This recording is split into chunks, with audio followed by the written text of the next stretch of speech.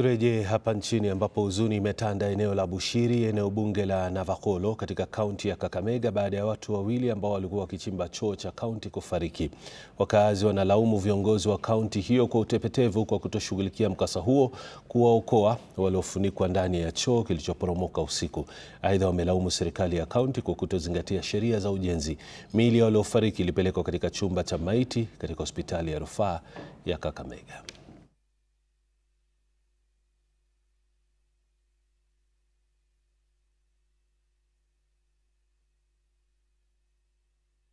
Tukasikia nduru kutoka nje, tukapata watu wanakimbia.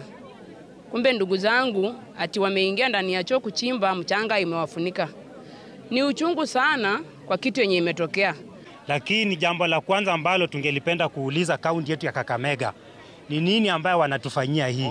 Kwa nini hawawezi kuja kupima mahali pa kuchimba choo? Jambo la kwanza, watume engineer athibitishe kwamba hiyo udongo iko wazi, watu waingie hapo ndani. Wanatuma watu, wanaleta vijana wetu wanakufia hapo ndani.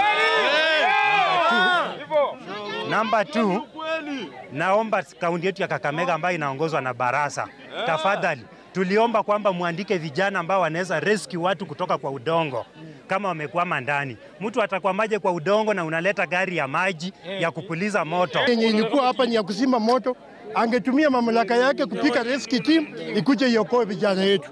Kwa hivyo sisi kama jamii tumehuzunika na tunasema tunataka viongozi wenye watashughulikia wananchi.